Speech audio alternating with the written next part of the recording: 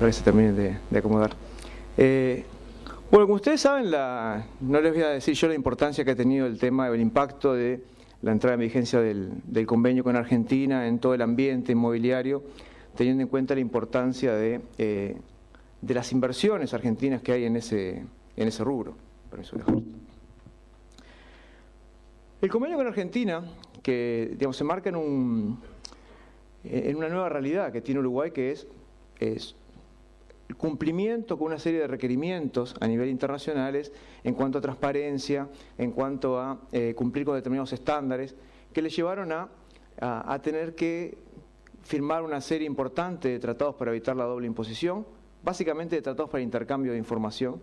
Y una vez que se avanzó en ese proceso, los requerimientos aumentaron un poquito y ahí se agregó el requerimiento de tener que cumplir con, o de que firmar acuerdos de intercambio de información con los principales socios comerciales, Argentina y Brasil, y además hacer algunos cambios vinculados a la información respecto a los titulares de acciones de sociedades uruguayas. Estos dos temas que parecen un poco independientes entre sí, la titularidad de acciones y los convenios de intercambio de información, vamos a ver que están mucho más vinculados de lo que pensamos a lo largo de la presentación y que tiene impacto en este rubro en particular. Con respecto a los convenios de intercambio de información, que les decía, con Argentina se firmó y ya está en vigencia, también se firmó un convenio con Brasil en la misma línea, pero que todavía no fue ratificado y por lo tanto aún no entró en vigencia. Para ir entrando ya así en los temas que incluye el convenio con Argentina. El convenio con Argentina tiene dos partes principales. Una parte relativa a lo que es el intercambio de información y otra parte vinculada a algunas medidas para evitar la doble imposición. Entonces, lo que vamos a hacer es hablar primero de la parte de intercambio de información y después ver cómo se aplican las medidas para reducir la doble imposición. Con respecto al intercambio de información, y esto fue un tema que se discutió bastante cuando esto no era un hecho ya consumado, digamos, si convenía o no convenía firmar el tratado, qué condiciones tendría que tener el tratado y cuáles no. Ahí la verdad que antes de entrar en tema, lo que podemos decir es que el convenio que firmó Uruguay con Argentina, en lo que refiere a intercambio de información, es un convenio bastante bueno. Estoy hablando exclusivamente desde el punto de vista técnico. Es decir, es un convenio que parte de lo que es el modelo de convenio que se utiliza a nivel internacional para el intercambio de información, y a ese modelo de convenio se le hicieron algunos ajustes que de alguna manera son más benevolentes o que protegen un poco más a Uruguay, que fueron un poco los temas que surgieron durante el proceso de la negociación y que en eso sobre todo la oposición marcó que sería importante que fueran contemplados por el convenio. Y la verdad que en esos puntos la mayoría fueron contemplados. ¿Qué es lo que establece el convenio? El convenio establece que se deberá intercambiar toda la información que sea previsiblemente relevante para la determinación, liquidación, implementación, control y recaudación de impuestos, para el cobro y la ejecución de créditos tributarios o para la investigación y enjuiciamiento de asuntos tributarios. Un par de puntos importantes. Primero, que la información no es solo para la eventual liquidación de impuestos que puedan estarse debiendo, sino es para la liquidación, pero también para la investigación, a ver si existen situaciones que no estén determinadas, para temas penales y también para eventualmente hasta para el cobro de impuestos. O sea, capaz que ya hay una deuda determinada y a efectos prácticos voy a siempre a referirme a pedidos de información de Argentina hacia acá, que es lo que probablemente pasará con más frecuencia. Les decía, también podría ser eventualmente información no para determinar impuestos, sino para ver si hay activos de los cuales se pueda cobrar algún crédito tributario. Lo otro que me parece relevante es que esa información que se puede pedir en ningún momento está limitada a información sobre personas o empresas de Argentina, ¿sí? Sino que tiene que ser información relevante para el cálculo de impuestos de Argentina, pero no necesariamente tiene que ser un argentino. Por ejemplo, si el fisco argentino sospechara que una sociedad panameña, por decir cualquier jurisdicción, que tiene activos en Uruguay o hizo transacciones en Uruguay, en realidad está siendo utilizado como un vehículo para no pagar impuestos en Argentina, igual podría pedirse información relativa a las operaciones de esa sociedad panameña, ¿sí? Porque lo que importa es que sea información previsiblemente relevante para el cálculo de impuestos en Argentina. Otro punto importante, ¿qué quiere decir que la información sea previsiblemente relevante? ¿Ah? Esto no es una frase descolgada del convenio, sino que es una frase que se incluye en los modelos internacionales. Y tiene un doble objetivo. Es una frase bastante ambigua. Por un lado, lo que busca es ser lo suficientemente amplia para no restringir el tipo de información que se puede pedir. Cualquier información que sea previsiblemente relevante se va a poder pedir, pero por otro lado tiene la virtud de ser lo suficientemente acotada para que no me puedan pedir cualquier cosa. ¿Qué quiere decir esto? En otros países esto es una norma anti-expediciones de pesca, como se llama, ¿sí? La información que me piden tiene que ser con un propósito y vinculado a un contribuyente en particular. No me pueden pedir información del tipo, pasame todos los nombres de todos los argentinos que tengan cuenta bancaria en Uruguay. Y eso no es. Previsiblemente relevante es previsiblemente relevante respecto a un caso en particular, un caso concreto. De todas maneras, ante el temor que se había generado del lado de Uruguay, más que nada, respecto a que esto fuera mal utilizado y que eventualmente el gobierno argentino tuviera la tentación de utilizar esto como para hacer expediciones de pesca, para salir a ver qué encuentra, se incluyó expresamente la provisión de que en el marco del convenio no se admiten esas expediciones de pesca. O sea, el pedido de información tiene que ser concreto, específico y vinculado a una situación determinada. Otro aspecto que es importante es que los derechos que reconocen los países también son reconocidos en el marco del convenio. Esto es, si hay información que en Uruguay está protegida por el secreto bancario, esa misma información también va a estar protegida por el secreto bancario en el convenio de intercambio de información. Ahora, ¿qué quiere decir protegida por el secreto bancario? ¿Que no se puede dar? No. Hay mecanismos por los cuales se puede dar información vinculada al secreto bancario. Ahora, esos mecanismos son los mismos que tiene la DGI de Uruguay. O sea, un pedido de información de Argentina, de información bancaria puntualmente, va a tener que pasar por el mismo proceso que el mismo pedido cuando lo hace la DGI uruguaya respecto a situaciones de empresas uruguayas. Y ahora vamos a repasar un poquito después cuáles son esas condiciones.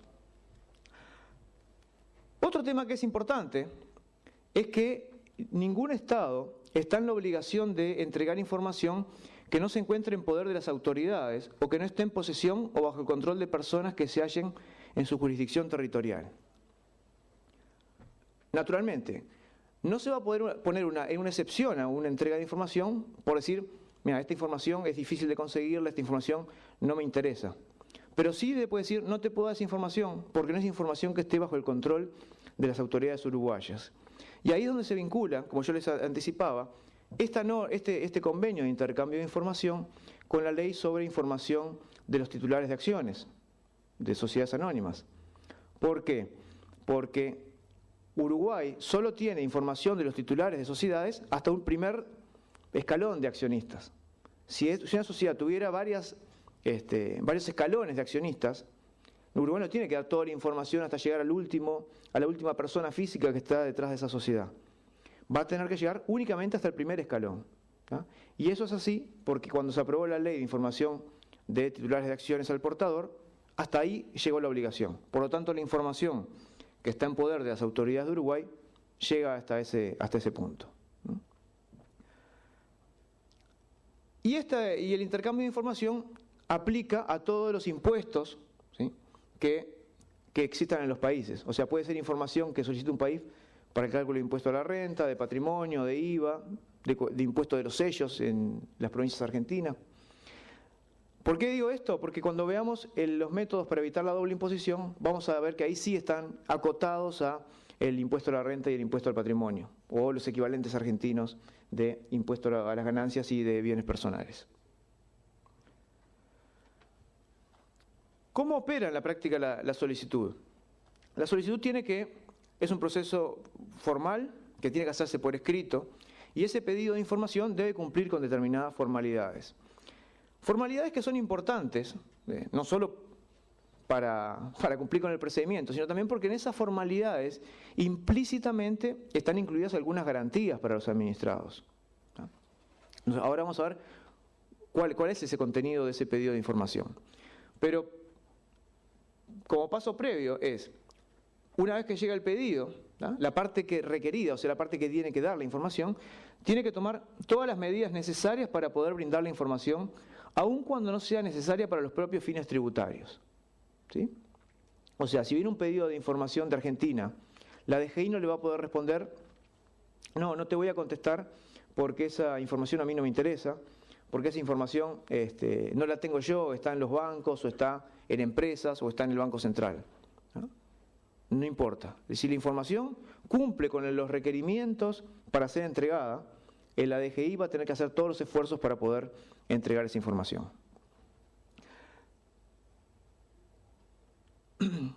¿Qué es lo que tiene que tener esa solicitud? Por un lado, la identidad de la persona sometida a inspección o investigación, el periodo por el cual se solicita la información, la naturaleza de la información y cómo desea recibirla, o sea, en la medida que sea posible se tendrá eso en cuenta, los motivos por los cuales se cree que la información solicitada es previsiblemente relevante, el fin tributario por el que se solicita la información, los motivos para creer que la información solicitada es conservada por la parte requerida y, en la medida en que se conozca, nombre y dirección de toda persona que se crea que posee la información solicitada o pueda obtenerla. Vamos a detenernos un poquito en estos puntos. Primero y fundamental, yo diría estos dos puntos que están acá. El fin tributario por el cual se solicita la información, los motivos para creer que la información solicitada es conservada por la parte requerida y, permítame agregar, los motivos por los cuales se cree que la información solicitada es previsiblemente relevante. Acá es donde está fundamentalmente el motivo del pedido, la justificación del pedido. Esto es lo que va a tener que ser evaluado por la DGI a efectos de contestar si le da la información o no le da la información. Porque únicamente va a estar obligado a dar la información cuando esa información que se pide sea previsiblemente relevante. O sea, va a tener que evaluar cuán acertado, cuán apropiado es el pedido de información que viene de Argentina. Y si el pedido no es lo suficientemente específico, no le va a tener que dar la información. O sea, esto es un filtro y esto también es una garantía para los contribuyentes. Que ya les adelanto, antes de darle la información a la otra parte, está previsto en Uruguay por lo menos una vista previa del contribuyente de la información que se le va a dar. Lo otro que tiene que dar son datos de identificación de la información o de la persona. Y en esto, por ejemplo, cuando teníamos presentaciones en los bancos nos hacían preguntas, bueno, ¿qué pasa si me viene un pedido de información de Juan Pérez con un DNI argentino? Y yo tengo un Juan Pérez, pero no lo tengo registrado en mis estados, en la institución financiera con el DNI argentino, sino con un pasaporte italiano. A estos efectos son otros Juan Pérez. ¿Sí? O sea, la identificación, no puedo pasar la información por las dudas que sea el mismo. Que capaz que es el mismo y capaz que yo sé que es el mismo. Pero hay que cumplir exactamente con lo que dice el pedido de información. Después lo otro que hay, ¿sí? A ver, después también va a venir va a tener que, el que hace el pedido va a tener que tratar de precisar dónde está esa información disponible, porque, como ya les dije, esta información, no solo el intercambio de información, no solo comprende información que esté en poder de las autoridades, puede referir también a información que esté en poder de las empresas. ¿Sí? En ese caso, la DGI va a tener que ir a la empresa y pedirle la información para hacer el intercambio. ¿Sí? Así como es una inspección que va y le pide información para ver los impuestos locales, podría eventualmente tener que ir y pedir información para hacer el intercambio. Con lo cual podría venir a cualquiera de nuestras empresas y pedirnos información sobre accionistas, sobre transacciones, sobre eventualmente sobre clientes, aunque ahí podría estar protegida por algunos secretos comerciales. ¿Qué pasa cuando llega el pedido de información? Bueno, ahí lo que pasa es que la DGI, de vuelta asumiendo un pedido de Argentina a Uruguay, tiene 60 días para confirmar a Argentina o para avisarle en caso que no pueda o que no vaya a cumplir con la solicitud. ¿Sí? Por ejemplo, si la solicitud está mal formulada, si la DGI dice, no, esto es una expedición de pesca, no es un pedido concreto, no te voy a contestar, tiene 60 días para hacerlo. Ahora, si la solicitud está bien formulada, en ese caso va a tener que contestarle la información dentro de 90 días desde que la solicitud se recibe, ¿no? O sea, los 60 días del plazo para decir que no le da, corren desde el mismo momento que los 90 días para contestar. O sea que son plazos bastante breves. Como comprenderán, existen casos en los cuales la DGI no va a poder cumplir dentro de esos 90 días con el requerimiento. Por ejemplo, en el caso en que haya que solicitar el levantamiento del secreto bancario. El levantamiento del secreto bancario implica un proceso judicial que tiene sus tiempos. Entonces, va a tener que avisarle a los 90 días, yo voy a tratar de obtenerla, pero va a llevar más de los 90 días. ¿Te interesa igual o no te interesa? Y ahí, si al fisco argentino le interesa, tendrá que esperar el tiempo que lleve. Pero en principio, la obligación, salvo causa de fuerza mayor, es cumplir con la entrega dentro de los 90 días desde que he recibido el pedido. Como ya les anticipé, es posible rechazar una solicitud. ¿En qué casos es posible rechazar esa solicitud? En primer lugar, y como más importante, cuando esté mal formulada la solicitud, ¿sí? Si la solicitud tiene defectos de que no se prueba de que la información es previsiblemente relevante para el cálculo de impuestos en el otro país, cuando no se muestra la vinculación entre ese sujeto sobre el cual se pide información e impuestos argentinos, porque acuérdense que tiene que ser información previsiblemente relevante para la determinación de impuestos argentinos. En ese caso el fisco va a poder denegar esa solicitud. También lo puede hacer, y esto ya es más en el ámbito teórico, cuando la contraparte no haya utilizado todos los medios disponibles para obtenerla o cuando sea una comunicación contraria al orden público. O sea, cuando la contraparte no haya utilizado todos los medios disponibles, parece un caso poco probable. Es decir, que Argentina pide información a Uruguay, ya a esta altura parece claro que solo la va a pedir cuando no la pueda, cuando ya agotó todos los mecanismos en Argentina para obtenerla, ¿no? También se podrá denegar la asistencia cuando la información esté sujeta al secreto profesional, comercial, empresarial, mercantil o un proceso industrial, ¿sí? Si viene un pedido de información pidiendo fórmulas secretas de un producto, esa información está protegida y no hay que brindarla. De la misma manera que está protegida a efectos locales. O sea, la DGI no puede pedir una información secreta o amparada en secretos de este tipo. También se podrá denegar, ¿sí?, si la información es pedida en un país, pero el país que la pide no puede pedirlo eso a sus propios nacionales. Por ejemplo, cuando Uruguay tenía un secreto bancario mucho más fuerte, si Uruguay hubiera pedido información bancaria a Argentina, ¿sí?, Argentina tendría que habérsela denegado. ¿Por qué? Porque Uruguay no podía pedir en Uruguay información bancaria. Entonces no podía usar el convenio como una forma de rodear esa limitación. Esto claramente no tiene efectos prácticos, ¿sí? Pensando en pedidos de Argentina para acá. El fisco argentino tiene mayores poderes que el fisco uruguayo, por lo tanto cualquier cosa que pidan es porque la pueden pedir también en Argentina, o previsiblemente así será. Y tampoco se puede entregar información en caso que esa información sea discriminatoria contra un nacional o ciudadano de la parte requerida. Si hubiera algún tipo de persecución, el fisco va a decir no voy a dar porque es una medida discriminatoria. Solamente si es un ciudadano o nacional de Uruguay, no si es persecutoria contra un ciudadano argentino, por las dudas.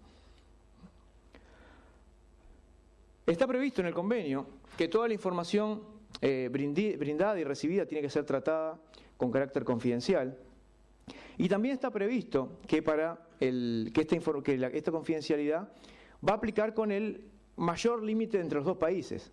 Es decir, si Uruguay tuviera normas de confidencialidad más estrictas que las de Argentina, cuando Uruguay envía la información a Argentina, Argentina debería mantener la confidencialidad dentro de los límites requeridos por Uruguay, si son mayores que los argentinos, ¿sí? Obviamente, esa confidencialidad se elimina en los casos de procedimientos judiciales públicos en sentencias judiciales. Igual que pasa en Uruguay. Eso usualmente cuando la información sale del fisco y pasa al ámbito de la justicia, ya el nivel de confidencialidad de la información cambia, por supuesto. Y a su vez no se podrá revelar a otra persona, entidad, autoridad o jurisdicción sin el consentimiento expreso de la parte requerida. Es decir, si por ejemplo viniera un pedido de información de Argentina y después Argentina esa información la intercambia en un pedido de información de otro país que recibe Argentina, no aplica esa transitiva. O sea, el convenio aplica únicamente los intercambios entre los países que están parte del convenio. No puede salir a otro tercero por más que el país que recibe la información tenga a su vez un convenio con ese otro tercero. Entonces, algunos puntos claves. Primero que nada, que el tipo de información que se puede pedir es amplísimo. La restricción es que sea información previsiblemente relevante para el cálculo de impuestos del otro país. Segundo, la información no está limitada, o el pedido de información, a personas o entidades de los países que están en el convenio. La información está limitada a situaciones que puedan determinar impuestos en los países que están incluidos en el convenio. Y como decíamos, hay límites que son los derechos reconocidos en cada una de las partes y la información que está en propiedad de cada una de las partes. Por eso me voy a detener acá en dos temas puntuales, simplemente para recordar cómo son las disposiciones uruguayas vinculadas al secreto bancario, que van a aplicar también en el caso del convenio, y qué es lo que dice la norma respecto a información a brindar sobre los titulares de acciones al portador, que también va a ser importante al efecto del intercambio en el convenio. Con respecto al primer punto, el del secreto bancario, hasta hace unos años, la verdad que el secreto bancario en Uruguay era muchísimo más fuerte y más estricto que la normativa que tenemos ahora. Antes de la reforma tributaria, la 18083 del año 2007, el secreto bancario solamente se podía levantar en casos de juicios penales, ¿sí? Cuando había delitos comprobados, ¿sí? y la información bancaria lo que hacía era complementar o ampliar la información, pero era en una causa en un juzgado penal. Lo que cambió en el año 2007 es que se ampliaron las facultades de la DGI y se permitió que la DGI solicitara información bancaria, ¿sí? En tanto esa información bancaria fuera útil, digamos, para procesos de fiscalización que haga la DGI, ¿tá? Y para eso precisaba la DGI ir a un juzgado letrado de primera instancia en competencia civil. Cuando empezó Uruguay a estar obligado a firmar el tema de los convenios, se vio con la situación de que los convenios de intercambio de información, no el de Argentina, todos los otros que estaba firmando, podían pedir información bancaria. Y en ese sentido, el convenio no prevé que se reconozca el derecho al secreto bancario. En el marco de los convenios, el levantamiento del secreto bancario es automático. Entonces, la verdad que Uruguay se vio en la obligación de adaptar la normativa del secreto bancario para poder cumplir con lo que era la normativa local hasta ese momento y para, por otro lado, poder cumplir con las obligaciones que Uruguay venía contrayendo en los distintos convenios que firmaba.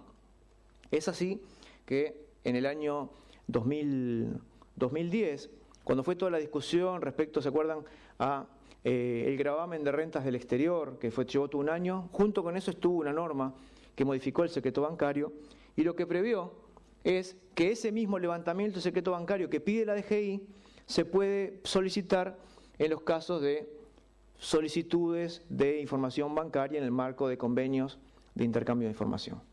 Entonces, ¿qué pasa si viene un pedido de información bancaria? Va a pasar lo mismo que cuando la DGI precisa o cuando la DGI pide el levantamiento del secreto bancario. Es decir, va a haber un proceso judicial que implica la celebración de una audiencia, ¿sí? Y esto es importante. La DGI va a tener que ir al juez solicitando el levantamiento del secreto bancario y el juez va a convocar a la parte sobre la cual se pide información para que tenga oportunidad de defenderse o de imponer un recurso para que esa información no sea objeto de intercambio, ¿no? Y eventualmente tiene, por supuesto, la posibilidad, ese contribuyente, de poner un recurso contra lo que diga el juez. Esto es lo que yo decía, que naturalmente va a llegar un plazo de más de 90 días necesariamente en instancia. Pero es importante porque acá el contribuyente va a poder defenderse en el caso de considerar que la solicitud no está bien formulada. O sea, además del control que va a hacer el fisco, en el caso de información bancaria, el propio contribuyente va a poder decir ante un juez, no, este pedido que está haciendo el fisco argentino no procede, no está bien formulado, no es lo suficientemente específico, lo que corresponda, ¿no? Obviamente, una vez que el juez autoriza, el juez le comunica al Banco Central, el Banco Central se comunica con la institución financiera que corresponda y ahí procederá el intercambio de la información.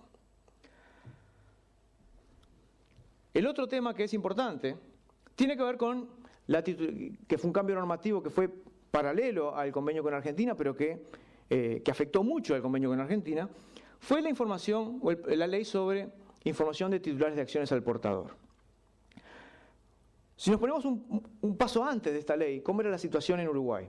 En el caso de sociedades por acciones nominativas, las empresas tienen que mantener internamente un registro de los accionistas y, además de identificación de los accionistas, está escrita en la propia acción.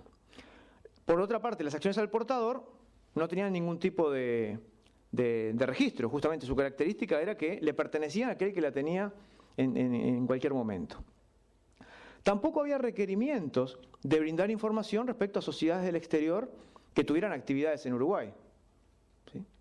Si una sociedad panameña, y me la agarré con las panameñas hoy, una sociedad panameña tuviera un inmueble en Uruguay, obviamente el inmueble, si voy a catastro, dice este inmueble le pertenece o al registro de propiedad a esta sociedad panameña, pero no hay información sobre quién es el accionista de esa sociedad panameña. Esta ley cambió las dos cosas, o pudo haber cambiado las dos cosas. ¿Qué es lo que estableció esta ley? Dos tipos de requerimientos. Por un lado, para las sociedades locales por acciones al portador, la obligación de registrar la información de sus accionistas ante el Banco Central, proceso que se vino cumpliendo durante los últimos meses del 2012 y en estos primeros meses del 2013. Por lo tanto, primer aspecto, la información sobre titulares de acciones del portador está en el Banco Central, es información en poder del Estado uruguayo, por lo tanto es información que es intercambiable, que puede ser objeto de intercambio en el convenio de intercambio de información. Ahora, ¿qué información se registra? Se registra la información sobre el accionista, no más allá del accionista. O sea, si el accionista, a su vez, es el dueño de ese accionista, volviendo con la panameña, si una sociedad uruguaya, el accionista fuera una sociedad panameña, y la sociedad panameña, el accionista fuera una sociedad de Belice, Uruguay va a informar, de esta sociedad uruguaya, el accionista es esta sociedad panameña. Y si me preguntan, ¿y la sociedad panameña? La respuesta tiene que ser, pregunta en Panamá. Uruguay no puede dar más de esa información porque no le pertenece a Uruguay esa información. No está disponible para el fisco esa información. ¿Qué pasa con las entidades del exterior? Yo les dije, hasta antes de este proyecto, una sociedad del exterior que tenía un inmueble en Uruguay no tenía que informar quiénes son sus accionistas. Lo que cambió con esta ley es que vamos a tener dos casos diferentes. Cuando esa sociedad del exterior tenga en Uruguay un establecimiento permanente, y no voy a explicar mucho lo que es un establecimiento permanente porque se nos podría llevar todo el resto de la tarde, pero para simplificarlo simplemente, si esa sociedad del exterior tuviera en Uruguay una sucursal, o tuviera en Uruguay una oficina donde hace operaciones, tuviera en Uruguay una presencia relevante, cuando digo presencia relevante estoy hablando de gente trabajando y recursos aplicados acá en Uruguay, en ese caso la sociedad del exterior tiene que informar quiénes son sus accionistas, igual que una sociedad anónima local. Ahora, cuando esa sociedad del exterior no tiene un establecimiento permanente, no tiene que informar quiénes son sus accionistas. Una sociedad del exterior que es propietaria de un inmueble en Uruguay no tiene un establecimiento permanente en Uruguay, ¿sí? No confundan un lugar ahí fijo que es un inmueble con un establecimiento permanente. El establecimiento permanente implica actividad, implica gente trabajando. Entonces, dos casos distintos. Con establecimiento permanente, la sociedad del exterior tiene que registrar a sus accionistas y esa información va a estar disponible en el Banco Central.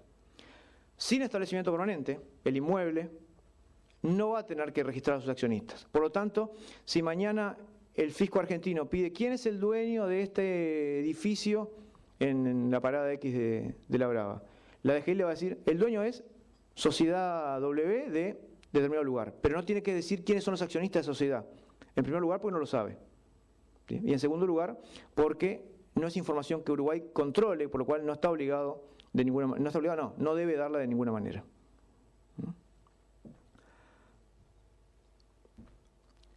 Y eso es a grandes rasgos la primera parte del convenio, la parte vinculada al intercambio de información, que como vemos es un intercambio que puede ser muy poderoso en lo que se puede pedir. La segunda parte tiene que ver con los métodos para evitar la doble imposición. Uruguay a esta altura ha firmado, a partir de todos estos requerimientos de la OCDE, etcétera, una cantidad bastante importante de convenios. Tiene convenios vigentes con España, con Portugal, con México, con Ecuador, con Alemania, con Suiza, Liechtenstein. Hay una serie de jurisdicciones con las cuales tiene convenio para evitar la doble imposición. Y estos convenios funcionan de dos formas para evitar la doble imposición.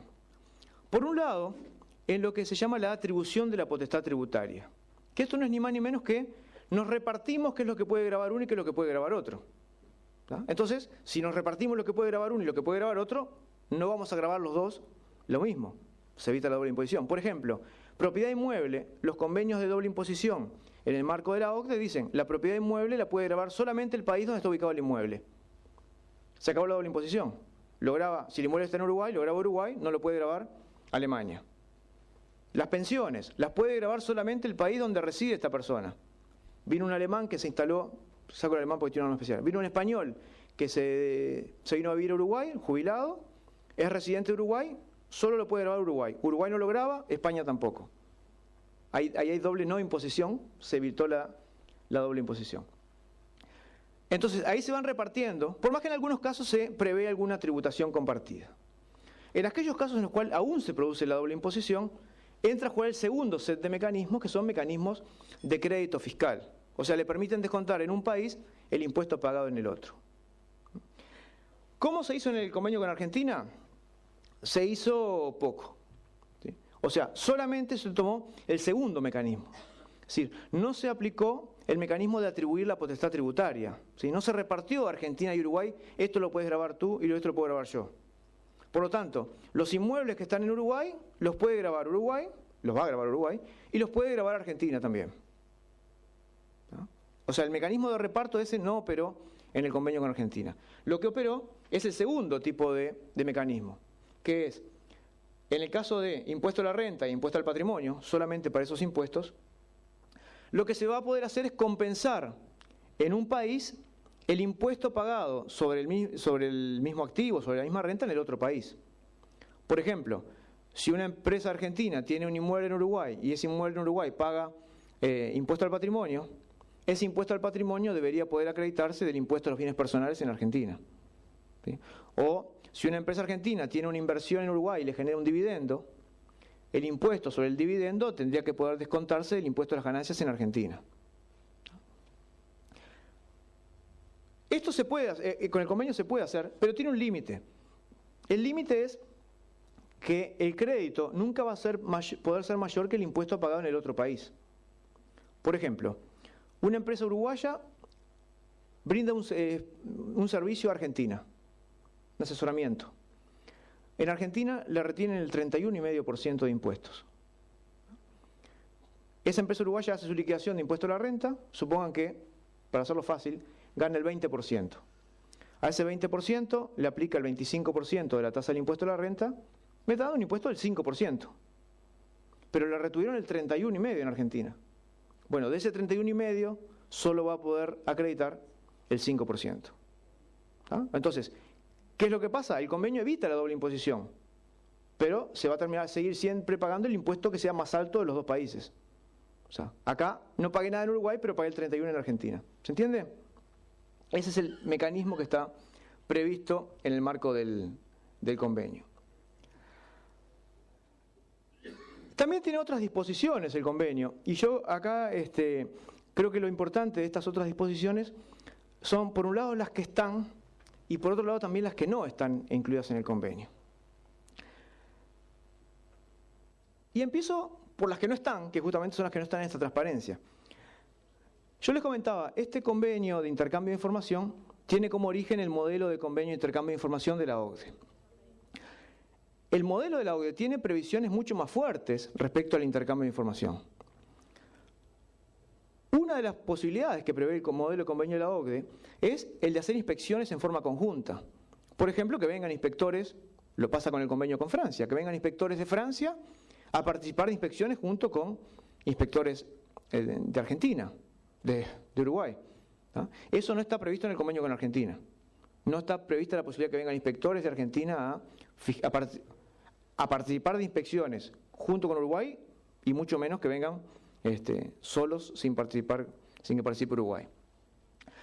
Tampoco está previsto, como sí están previstos en otros convenios, mecanismos de asistencia en el cobro de impuestos. ¿Sí? O sea, sí está previsto un procedimiento de mutuo acuerdo, pero no de asistencia en el cobro de impuestos. Si Argentina dice, tengo un crédito por cobrar en Uruguay, el fisco uruguayo no va a ir a embargar los bienes de la persona argentina o de quien sea. ¿Tá? Eso no está facultado en el marco del convenio para hacerlo. Entonces, ahí hay dos puntos donde Uruguay mejoró la situación respecto a lo que son el modelo internacional. La vigencia de este convenio ya está vigente. Entró en vigencia el 7 de febrero pasado. Esta vigencia implica que no puede haber pedidos de información más allá, para atrás, del 7 de febrero. ¿Sí? O sea, la información podrá ser del 7 de febrero en adelante para información penal o para ejercicios iniciados con posterioridad al 7 de febrero. ¿Tá? Pero no me pueden pedir información de años anteriores. En su momento esto se tomó como un gran logro, es una cosa importante, pero no necesariamente protege de algunos miedos que había. ¿Sí? Por ejemplo, si una persona argentina tiene un inmueble en Punta del Este y por el motivo que sea no declaró ese inmueble en Argentina, si me piden información, Uruguay no va a poder contestar, ese inmueble lo tenía hace 5 años. Le va a poder decir, hoy tiene ese inmueble. Perfecto, no es retroactiva la información. No es retroactiva el intercambio de información, pero sí puede ser retroactivo lo que haga Argentina con esa información que se intercambia. Si me dice, perfecto, hoy tiene un inmueble, puede ir a la persona y decirle cómo compró ese inmueble, de dónde obtuvo los fondos para comprar ese inmueble, me debe los impuestos de 5 años para atrás. La información no es retroactiva, los efectos pueden eventualmente sí ser retroactivos. ¿Sí? Un poco eso es lo que tenía para contarles en términos generales del convenio. Volviendo a lo del principio, es un convenio que en la parte de intercambio de información está muy alineado con lo que es el modelo internacional, y los cambios, yo diría que son cambios más protectores de la información en Uruguay, por un lado, y por otro lado, en lo que tiene que ver con la doble imposición, ahí sí es un convenio técnicamente peor que los otros que ha firmado Uruguay. ¿Por qué? Porque carece del mecanismo justamente de atribución de la potestad tributaria.